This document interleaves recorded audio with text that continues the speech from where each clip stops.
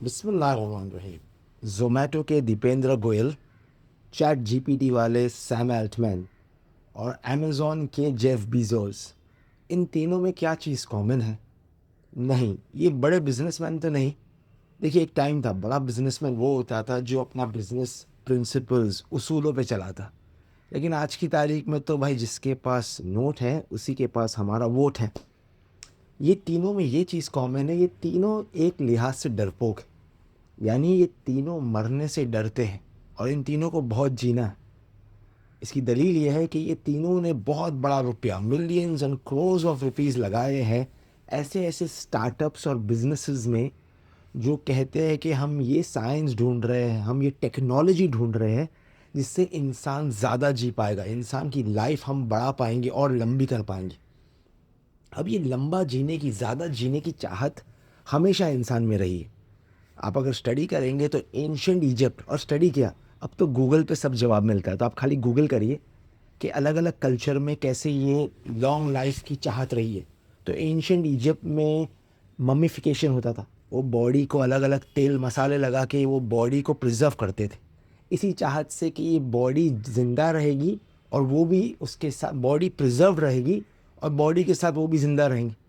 कहते हैं कि उस ज़माने में 60% जीडीपी का जो हिस्सा था वो खर्चा होता था ये ममीफिकेशन के प्रोसेस में। फिर एक फ्रेंच किंगडम था जहाँ पे बिलीफ थी कि भाई गोल्ड, सोने को पिघला के पियोगे तो इमॉर्टल बन जाओगे। हाल ही में अगर आप जाओगे तो कई मशहूर ऐसे स्टार्स रहे जिन्होंने चाहत बताई है जीने के लिए। वो एक सिंगर थे माइकल जैक्सन, उनकी उनके बारे में भी लिखा जाता है कि उनको भी मरना नहीं था, बल्कि उन्होंने एक पूरा इकोसिस्टम बनाया था जहाँ उनके घर में डॉक्टर्स थे, उनके बेड पे ऑक्सीजन रिएक्टर्स जैसे थे, और प्लस उन्होंने कुछ लोग रखे थे रिजर्व्ड ऑर्गन डोनेशन के लिए ताकि वो ज़िंदा रह सके। अमेरिका में एक कंपनी है जो लाखों डॉलर लेती है और आपकी बॉडी को प्रिजर्व करके रखेगी, वो मरने के बाद वो आपकी बॉडी ममीज़ की तरह बॉडी को प्रिजर्व करके रखेगी, इसी डिज़ायर से कि भाई कल को जब एक साइंस आ जाएगा कि फिर से ज़िंदा किया जाए तो आपकी बॉडी तभी के लिए तैयार हो। कई लोग हैं जो लाखों डॉलर देते हैं सिर्फ खुद की बॉडी के लिए नहीं, कई लोगों ने अपने जानवरों की भी डेड बॉडी प्रिजर्व रखी हुई है। तो ये डिज़ायर इनबॉर्न नेचुरल है हमारे।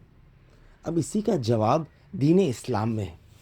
दीन इस्लाम कहता है कि दीन इस्लाम दीन फितरत है। फितरत यानी हमारे ह्यूमन नेचर।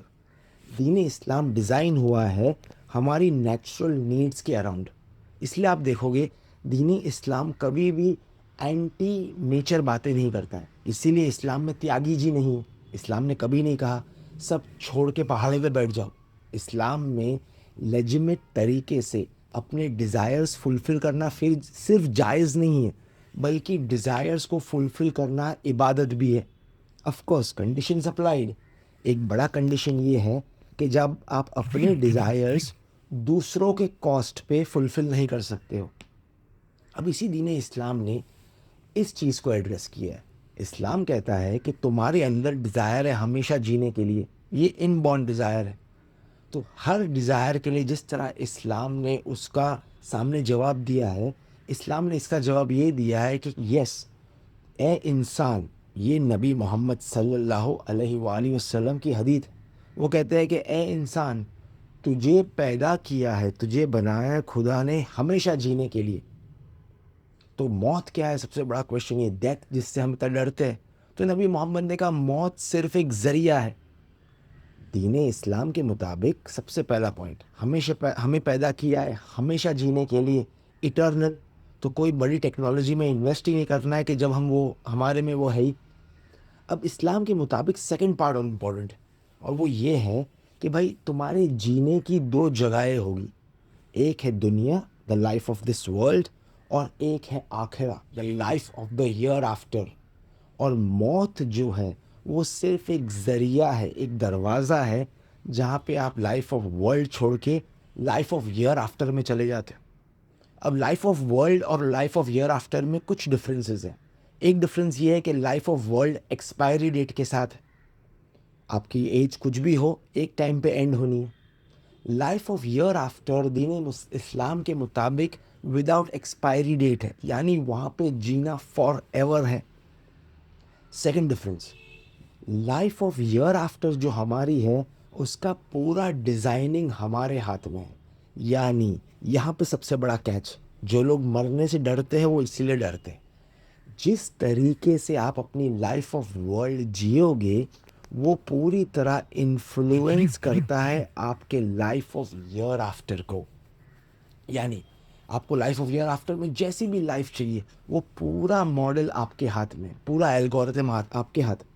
तो दीन इस्लाम जब कहता है कि अच्छे अमल करो, गुड डीड्स, वो गुड डीड्स किसी और का फ़ायदा नहीं कर रही है, वो गुड डीड्स तुम्हारी इन्वेस्टमेंट है तुम्हारे ईयर आफ्टर के लिए। अब जितनी अच्छी इन्वेस्टमेंट अब करोगे उतना अच्छा रिटर्न वहाँ पाओगे। तो लॉन्ग जीना बड़ी बात नहीं है, क्वालिटी ऑफ लाइफ बड़ी बात। दीपेंद्र गोयल ने कहा था कि भाई वर्ल्ड के सारे प्रॉब्लम्स इसीलिए है क्योंकि शॉर्ट लाइफ स्पैन नहीं, वर्ल्ड के बड़े बड़े प्रॉब्लम, इंडिया में बड़े प्रॉब्लम इसीलिए है क्योंकि कुछ ऐसे बिजनेसमैन हैं जो सिर्फ अपनी बैलेंस शीट की फ़िक्र करते हैं।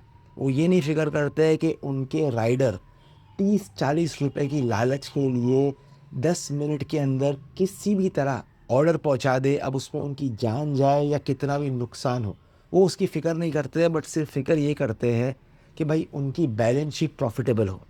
तो दुनिया के प्रॉब्लम्स इसीलिए। लेकिन अगर आप एथिकल तरीके, एक अच्छे तरीके से लाइफ जियोगे तो डजेंट मैटर आप कितने ईयर्स की लाइफ जियो, वो कम ईयर्स भी बड़ा इन्फ्लुएंस कर जाती है। तो शुक्रिया और खुदा हाफिज़।